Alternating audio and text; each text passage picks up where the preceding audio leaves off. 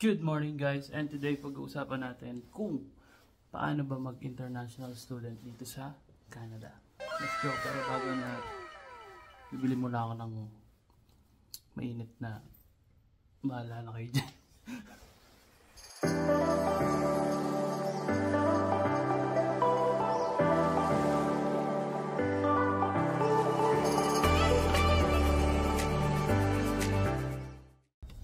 So yun na nga guys. So we're going to talk about how to apply for or how to become an international student here in Canada. But before that, ano ba yung mga kailangan kong sabihin? Well, the temperature now is like it's minus 14, but it feels like minus 17, so it's kinda cold outside. So may bibilin lang ako dun sa may K-Circle, parang 7-Eleven dito. Dito na tayo sa may K-Store. Oh sorry, it's Circle K right there. Bibili lang tayo ng kung anong pwede natin inumin. Then we'll have to continue what we are going to do for today. Alright, bibili muna tayo. Let's go.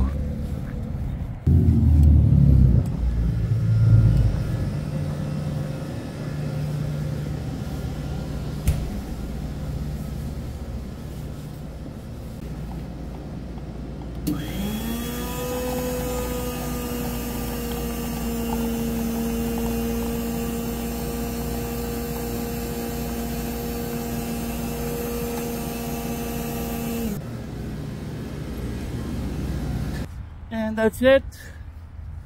Nabili na tayo ng ating hot chocolate for today. So hanap lang ako ng spot para, you know, so we can talk about the international student thing.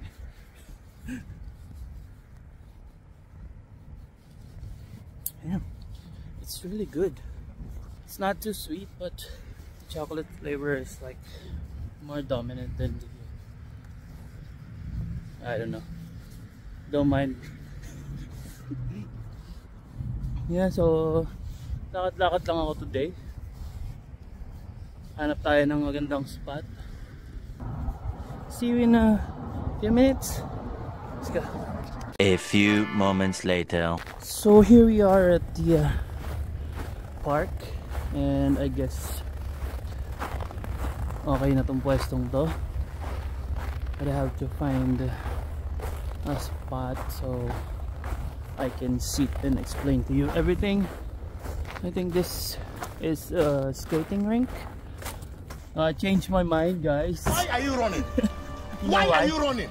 Kasi I'm not wearing any gloves on my hands right now, so and it's like freezing.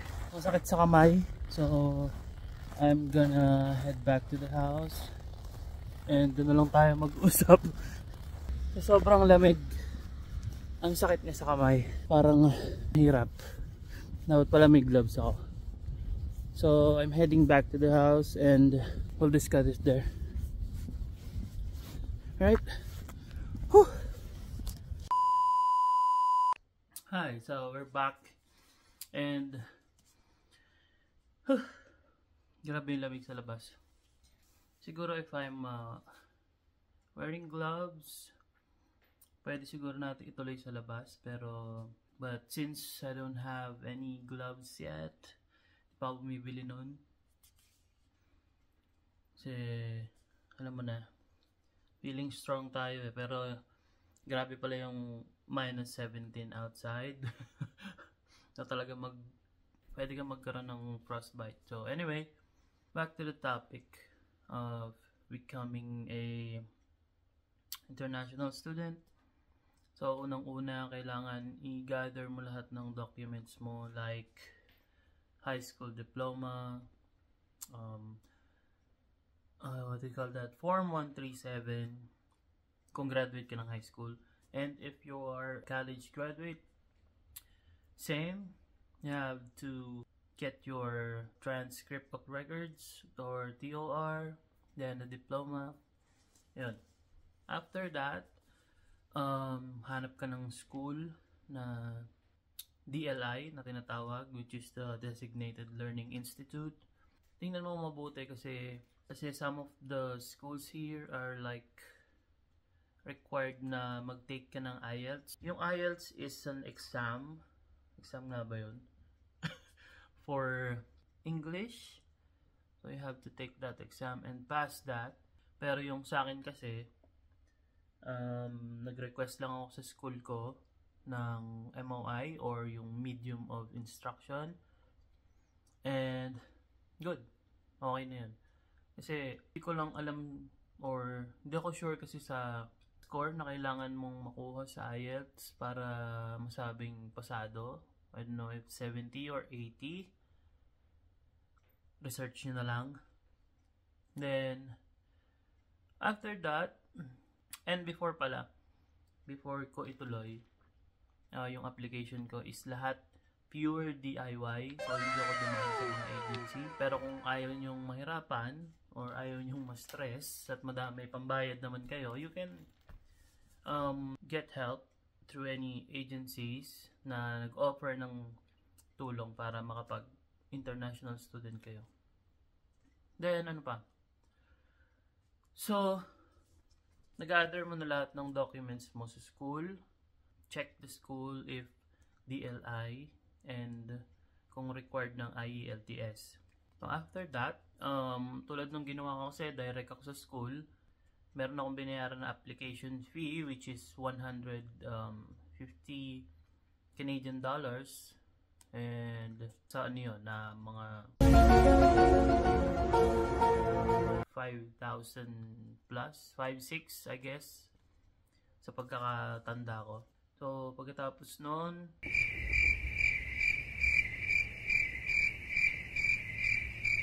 mag-aantay ka na lang ng LOA mo or yung tinatawag na Letter of Acceptance. Then, after that, pag na-receive mo na siya within 3 to 4 weeks, pwede ka na mag-deposit. Pero, ano ba ginawa ko? Alam ko, nag-deposit nga muna ako, then nag-registered na ako sa IRCC website. O yung site nila, ilalagay ko na lang sa description. So, kung interesado kayo, you can check that link below the description. Ando naman yung mga requirements. So, pero yun nga, as an international student, ngayon, pag-apply mo sa IRCC, andun yung mga details na kailangan mong isubmit sa kanila. Like, medical, biometrics, kailangan mo din gumawa ng SOP or yung tinatawag na Statement of Purpose. So, you have to, basically, you have to explain there kung parang short introduction to yourself muna, then anong course yung gusto mong kunin or program dito sa Canada. Then, you have to justify it. And after you justify that, you have to, like, explain how are you going to use that program after you graduated here in Canada. Yun, hindi ko na ma-explain kung paano ko ginawa yung SOP ko kasi yun yung ano ko eh. I mean, yung background ko. So, my name, my school, my program here. Oh, by the way, I am taking network administration for winter intake. So, start nun is January pa naman. So, andito ako para mag-ano lang muna. Magkape. Mag-hot chocolate. So, ayun. Pag nagawa mo na si SOP, upload mo siya sa IRCC website. Then, may pa pang requirements doon. Like, I think may nilagay ako doon na family background, the name of your mother, your siblings, or kung ano man. Yung sa medical naman, hindi ka pwedeng mag-walk-in. Ako kasi nagpa-medical ako sa IOM sa Makati. And bawal dun yung walk-in. So, kailangan mong magpa-schedule online. So, lalagay ko na lang din siguro dyan yung website ng IOM kung saan. Kasi dun yung mas, I think, mas cheaper. I think it's much cheaper than St. Luke's. Kasi yung dalawang yun ang parang yun yung tinatanggap nila. St. Luke's and IOM. So after ng medical mo, magre-request sa'yo si IRCC ng biometrics. After ng biometrics mo, ano na ginawa ko? God, please, no! No! No! After ng biometrics ko, nag-antay lang ulit ako ng update kay IRCC. So, you better check your email regularly. So, hindi mo ma-miss yung mga updates na send sa'yo ng IRCC. So, after ko ma-receive si biometrics, na ako sa VFS Global sa Makati. And then, sinubmit ko na yung passport ko. I think that's already for stamping. Then, after that, may binayaran ako doon na magkano nga yun. Mura lang naman. Mura lang yun. Kayang-kaya yun. After ko magbayad, ligit lang naman. So, parang tatanungin ka lang naman doon. Which is napaka-basic naman ng mga question para masagot nyo. And that's it. You have to wait. Like, parang nakuha ko yung visa ko September 2. And sa lahat ng asikaso na ginawa ko, 41 days bago ko nakuha yung visa ko for student. Pina-LBC yon sa akin, sa bahay. And then after nun, mag-book ka na ng ticket mo. Pwede ka naman pumunta ng mas maaga if you want. And if you have any relatives here, or kung saan man sa Canada, pwede yon. And ano pa? So about the immigration. So pag sa Philippines, wala naman masyadong check lang yung bigay mo lang yung boarding pass mo, yung passport mo. Wala namang question na tinanong sa akin sa Philippines. Then, layover ako ng 6 hours sa Korea, sa Incheon. Smooth naman. Wala naman naging problema. Hindi naman din naging delay yung flight ko. Yun lang. You have to wait for 6 hours. Hindi naman masyadong boring. Kasi nag-TikTok lang naman ako sa airport. Tapos nagkape. Mating ako ng Toronto ng October 31 ng 10 a.m. 10:20 a.m. to be exact. And sinundo ako dun ng ninong at ninang ko.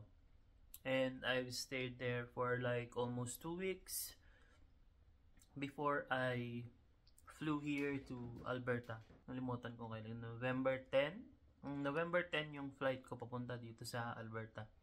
So almost 2 weeks nagstay ako na Mississauga.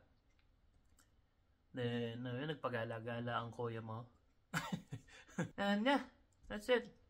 Pagdating mo sa airport ng Toronto, actually sabi nung iba madaming tinatanong yung immigration officer, but in my case wala eh.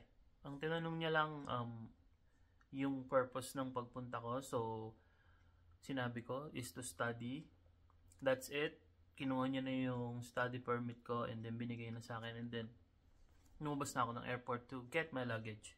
Sa iba, alam ko, tinatanong like your bank statement. Kailangan mong i-prepare yun. Pag maaga kang pumunta, minsan tinatanong nila na bakit maaga kang pumunta? Anong gagawin mo? Kahit winter pa naman yung pasok mo. So, you have to explain it to them and wag kayong kabahan. Unang-una, relax lang kayo, smile, greet them kung umaga, good morning, ganyan. Kasi pag nahalata ng immigration officer na parang kinakabahan ka, dun ka nila tatanungin talaga. For sure. Ako kasi wala, pagpasok, hey, good morning, what the No, not that. Pagpasok ko doon, binatay ko lang siya ng good morning. And, alam mo yun, smile ka lang. Relax ka lang. Hindi mo kailangan kabahan or what. Then, yun lang. Katapos nun, wala na. Pag-alagala na ako dito. So, if may nalimutan man ako, siguro, nalagay ko na lang sa description box. And, yung process, yung date, siguro, doon ko lang ilalagay. Kasi hindi ko naman nahabaan tong vlog na to. That's it! And if may questions kayo, Ilalagay ko yung social media accounts ko dyan, my Facebook and Instagram. So, follow nyo ako, message nyo ako, tulungan ko kayo. Alright? Wala akong alam sa ibang process. It's only for international students. So, yeah. That's it. And see you on my next vlog. Let's go.